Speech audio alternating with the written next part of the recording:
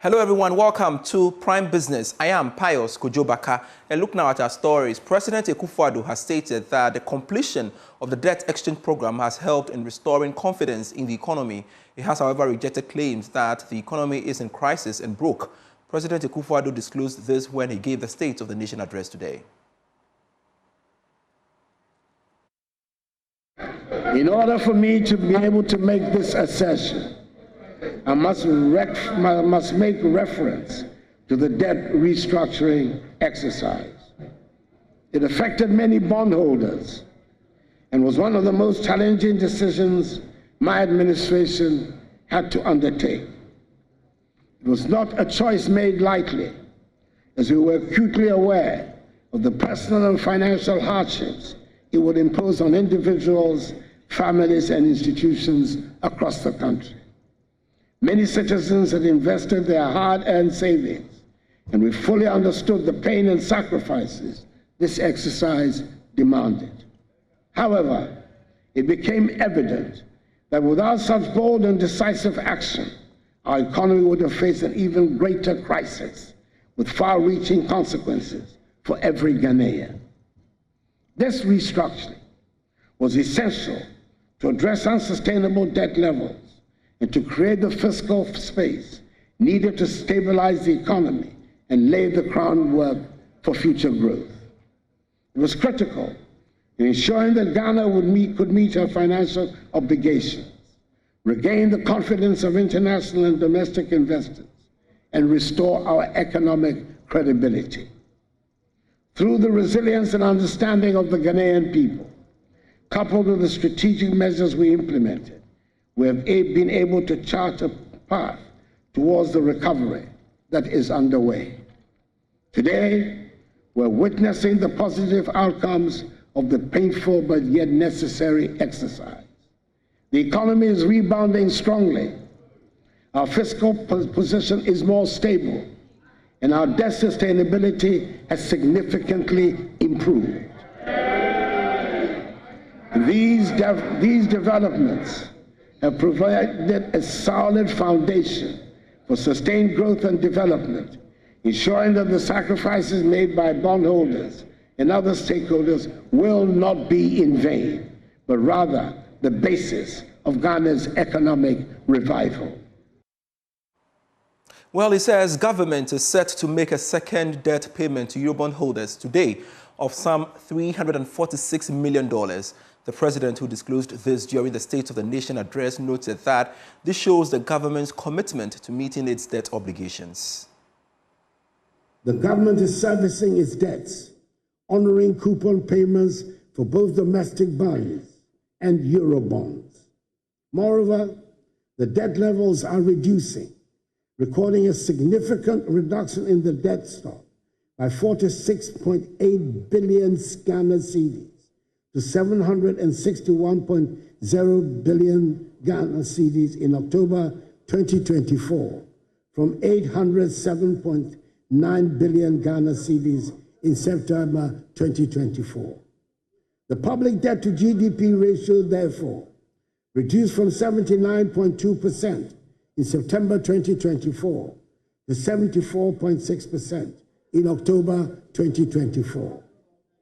This is expected to reduce further to 55% of GDP in net present value terms, a level that restores Ghana's debt sustainability.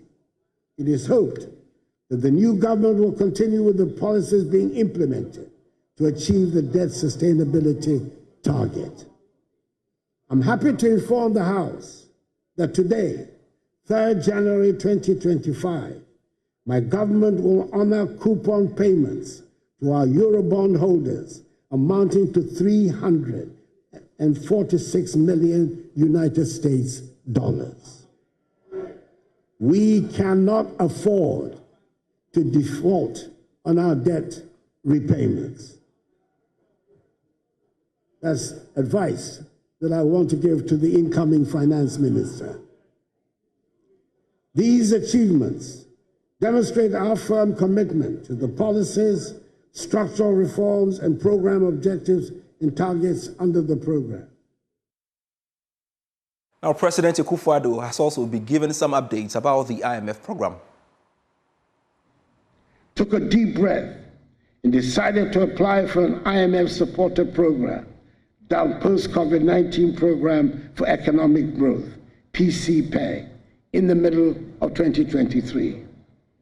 The implementation of the program so far has gone well, even as it has been challenging. We have passed successfully through 3 successive reviews of program implementation by the IMF board, with the most recent review approved on 2nd December 2024, leading to the disbursement of $360 million United States dollars. The fund has therefore disbursed a cumulative $1.9 billion United States dollars to date. At the moment, I'm able to say with confidence that the crisis is over, that the economy has recovered strongly and faster than projected.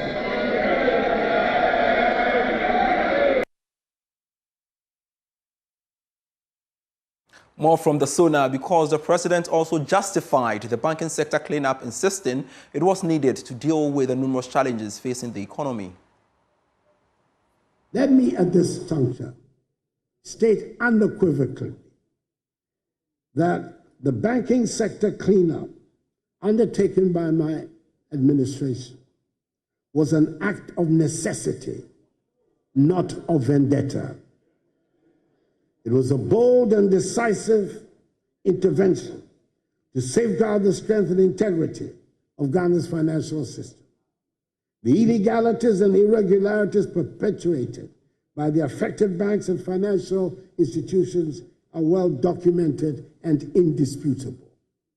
These practices threaten the very foundation of our banking sector and jeopardize the hard-earned savings of millions of Ghanaians. Our actions ensure that not a single depositor lost their money, an unprecedented achievement in financial crisis management. Today, the results are there for all to see.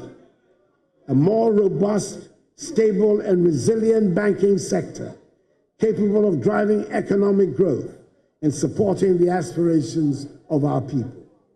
It was a necessary decision to restore public confidence and secure the future of Ghana's financial sector.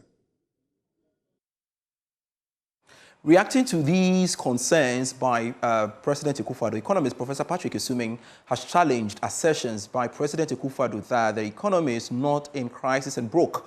According to him, the economy is still not recovered from the devastating impact of the debt restructuring exercise. He's been speaking to Joy Business. I think I was quite surprised to hear the president say that the economy is not broke. I mean, well, we couldn't pay our debt, and we are begging our debtors to forgive us and to slash us part of our debt. If that doesn't mean that we are broke, I don't know what else that means. But I mean, if we take the president's word that the economy is not broke, we've seen recently even WAEC struggled to get funding, the required funding to mark papers for students to come to school. And also, we've seen even, if you ask people who are doing national service, I think they are owed at least 2 months' pay. So if really the economy is not broke, and yet we refuse to make this payment, I guess some people say it's just pure wickedness. So, but it's not the case that the economy is not broke. The economy is clearly broke. And regarding the other things the president said, well, I think that's his interpretation of how the economy is. I think the president tends to focus too much on some of the 1 or 2 macroeconomic indicators, especially the growth indicator.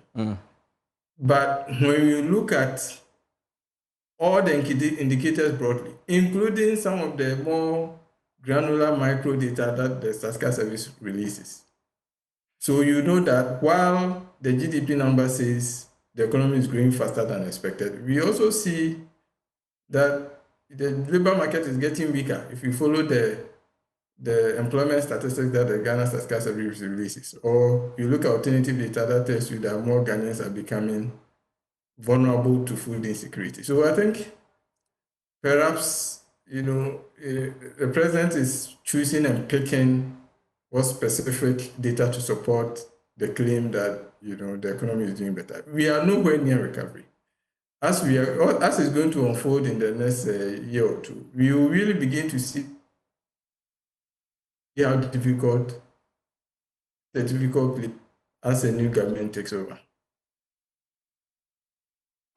Away from the State of the Nation address and its related stories, the Bank of Ghana has maintained that sustaining cedi stability for this year will largely depend on the economy and sticking to some of the monetary policy measures. The assurance is coming at a time that some have questioned the current sustainability of the cedi as more businesses are set to import to restock this year. Governor Dr. Ernest Addison has been speaking on PM Express Business Edition with my colleague George Yafe. We saw a very sharp improvement in 2023. We were looking forward to a similar pace of disinflation for 2024, but that didn't happen. You would see that the inflation rate has remained stubbornly high in 2024. We are ending the year around 23, which is about where we started from. Now, there are several reasons for that.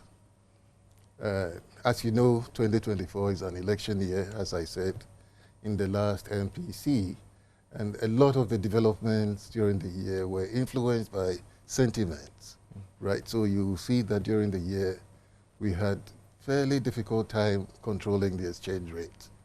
In the first quarter of the year, the cedi depreciated quite significantly, partly because we also had very ambitious reserve accumulation targets under the IMF program. So the central bank did not have enough room to maneuver in the first half of the year in terms of its ability to support the currency.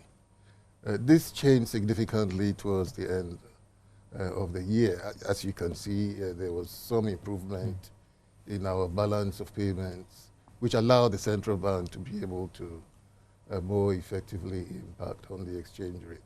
Now, given what happened in the earlier part of the year, it is no surprise that we were not able to see as much improvement in the disinflation process as we would have seen if we didn't have problems with the exchange rate. Because there's a significant pass-through. As soon as you get a lot of exchange rate depreciation, that automatically transmits into the changes in the price level. And therefore, your ability to deliver low inflation also hinges on your ability to keep the currency relatively stable. And this is the major challenge for this year. You had a currency that was being driven mainly by sentiments, by speculative activity. A lot of people were holding on to dollars in case something went wrong. And really, this is why we had such a tough time, with the exchange rate in the first 9 months of the year. It's only in the last quarter of the year that we had seen some appreciation of the cedi.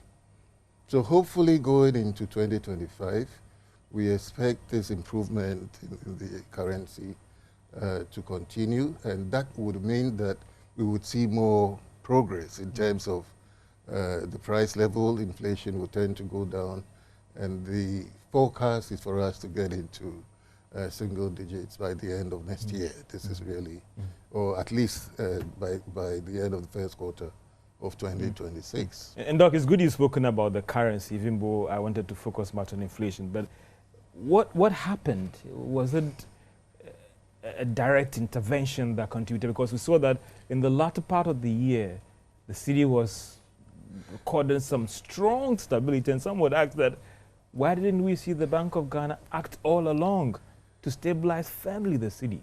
Well, first let's go back to the domestic gold purchase program, as I said, which has performed extremely well since it was introduced about a year and a half ago. This year alone, we've been able to buy gold of over $5 billion using our local currency. Now, we were very much focused on building reserves in the first part of the year. In this second part of the year, as I said, we found a way of getting the commercial banks to submit their currency, the local currency, to the central bank, which the central bank used to buy gold, and then transfer the proceeds from that to the commercial banks. So that helped because you were able to lift, you know, the demand that was coming from the commercial banks completely off the market through the domestic gold purchasing program. And you think that these were some of the factors that contributed strongly. We also had reports about the fact that the Bank of Ghana has built some strong reserves, even above what the IMF program was supposed to do, and therefore you are plowing back, quote, the excess onto the market. I mean, several factors accounted for that. Yes, as I said, as you get closer to the end of the year, it was clear to us that the targets that we were trying to meet will certainly be met, and therefore we were able to have more buffers above the target for the year. And therefore, the central bank's ability to put more foreign exchange resources into the system, you know, was stronger. But in addition to that, I spoke about this issue of getting the commercial banks to also indirectly participate in the gold purchase program. And that seems to have helped. Doug, I mean, there are some who raised questions about sustainability of this intervention or this support or Bank of Ghana's intervention on the market, and whether going forward, even getting to Q1 where we see that perennial pressure, can we be assured that, listen, because we built enough reserves, you see, we should go and sleep? All of this, it's a gold story. I think the question is, does Ghana produce so much gold? We didn't realize that we could buy almost $5 billion of gold 3-4 years ago when we didn't have this program. Where was all of that gold going prior to the central bank starting the domestic gold purchase program? The gold was being produced. People were coming from outside the country.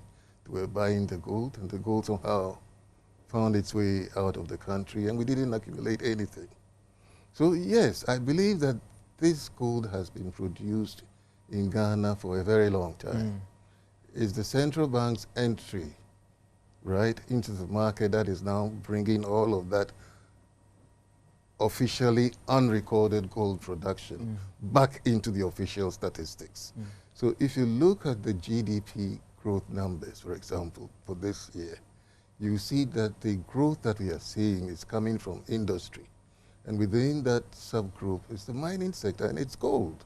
And a lot of it is the central bank's gold purchases, which is really also driving our GDP numbers. So there are a lot of lessons that can be, you know, picked up from that experience. But Doc, again, it comes back to my question about going forward, looking at what the bank has done on the monetary side. So they have to sustain what they're doing. They have to sustain and buy more gold and continue to get more of the gold, you know, that is out there, finding its way out of the country through other means, into the official statistics and into the official economy. So the potential, I mean, it's a question of, we've always underestimated how much gold that we had. Now, from this program, I think we can see, since we started, we've almost bought $9 billion worth of gold. Where was all of that gold going before? I get that the success of the stability is because of the gold purchase program. Right. There's an element of confidence, there's an element of uncertainty, there's an element about the economy as well that plays into the stability. There's an element even of inflation as well that plays into the stability of the local currency. Do you think that going forward, again, we can hold all these variables constant to ensure that every currency, even the dollar, flips, but it's worsening going forward? George, we are not talking about fixing the exchange rate. That's not what we are saying here. We are talking about a currency that is relatively stable going forward. And as I said, we have a macro framework in place. That macro framework includes fiscal policy. It includes real sector investment policies. It includes monetary policies. Now, all of these sets of policies, including structural policies, all of these interact, right? All of these policies interact to give you the outcome in terms of Governor Dr. Ernest Addison in that interaction with my colleague George Uyafe. You can get the full interview on myjoyonline.com/business. Now, government is set to spend 20 billion cedis as interest payments for the first 3 months of next year. This was captured in the mini 2025 budget approved by Parliament yesterday. More in this report. The spending on interest payments is just a fraction of the total expenditure of 64 billion cedis that the incoming government will be spending from this month to March this year. The expenditure in advance of appropriation document also showed that total compensation for public sector workers will reach 16.4 billion cedis. In terms of arrears clearance, the incoming administration is hoping to spend 2.3 billion cedis for the first quarter of this year. However, this document does not have any economic policy because the incoming government will be given the space to outline its own economic policy that should be presented to Parliament before April this year.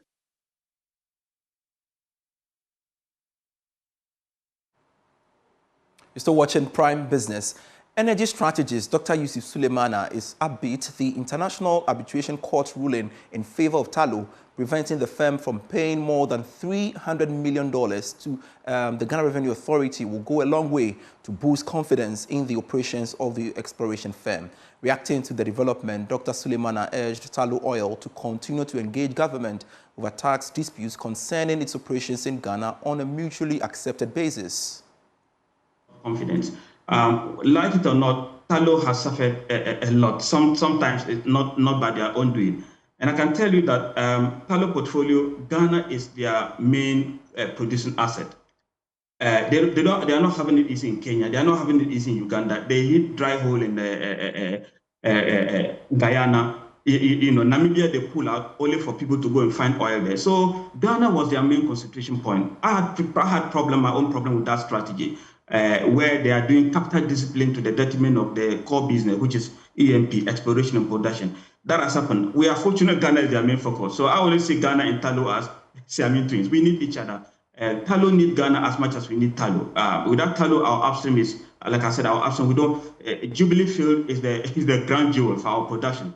And if you imagine, and a lot of the shares that were falling within Tullow and other things, it was actually because of a development in Ghana and nothing else, and other areas. The producing asset, if the producing assets are not churning that much, it affects the stock market or their stock market, So I believe that with these things resolving or getting to be on good footing, it will pave a way, it will pave a beautiful way for Tullow to come back and come back strongly. And at the end of the day, it will help us. It will help Ghana, it will help Tullow. Appreciate your time watching Prime Business with me, Pius Kojobaka. We have more stories for you on myjoyonline.com/business. I leave you with commodities update for today.